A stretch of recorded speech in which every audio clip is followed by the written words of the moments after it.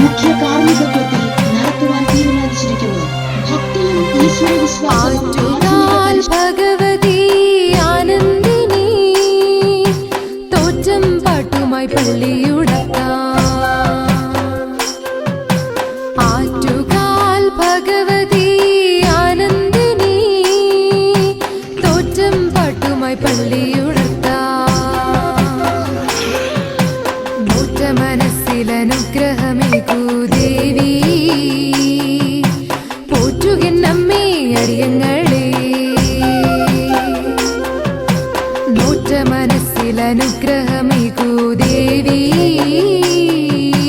പോറ്റുകിന്നമ്മേ അടിയങ്ങളെ.